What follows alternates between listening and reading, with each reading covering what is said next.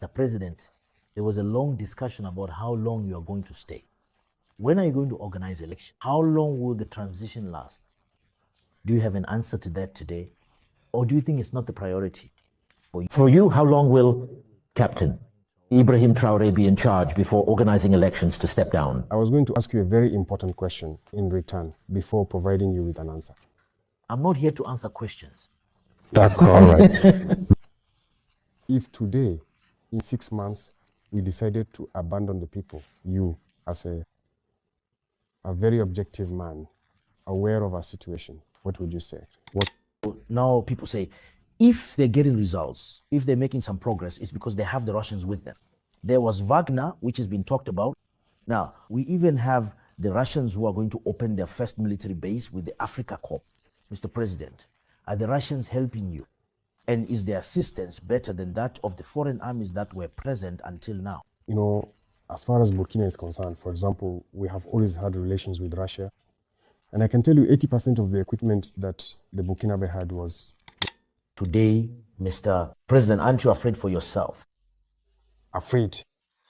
We lived through the era of Thomas Sankara, who is somewhat your role model, since many people compare you to him because of your ideas, your way of behaving, your choices. We know how it ended.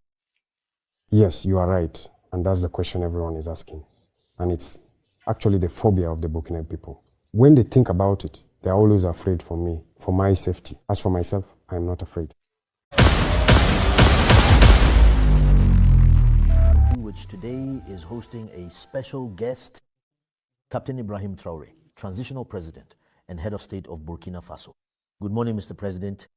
Good morning, Elaine. Thank you for having us. Today, with Russia, the relationship is primarily strategic. That, I think you understand much better than we do. And with Russia, there isn't that equipment we want to buy from them that they won't sell. They others impose restrictions on us.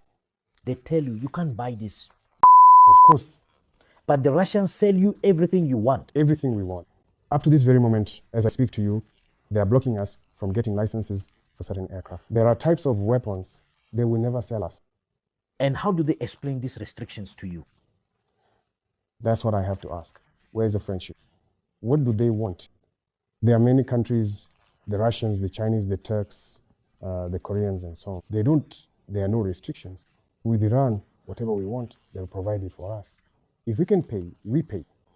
But with those states that were supposedly our friends, there are restrictions. There are even some who have gone so far as to tell us that they can't sell us anything that's lethal. Oh, really? So you're at war, but maybe we have the duty to pick up stones. Maybe even the stone is lethal. Anything that's lethal, they won't sell to us. That's their principle. So today, with Russia, what are they getting in return? We all know that there is no such thing as friendship between states. It's always about interests. Everyone comes for their own interest. So today, some people are afraid that we've just traded one master for another. But I know you well enough to know that you're not about replacing one master with another. What exactly are you giving the Russians so that they're here? Are they taking minerals? How are you paying them? Are you selling off a portion of the territory? What's the actual deal? If the deal was truly and genuinely to just swap one master for another, we would absolutely rather die. Because when we emphatically say homeland or death, it truly and profoundly means something significant.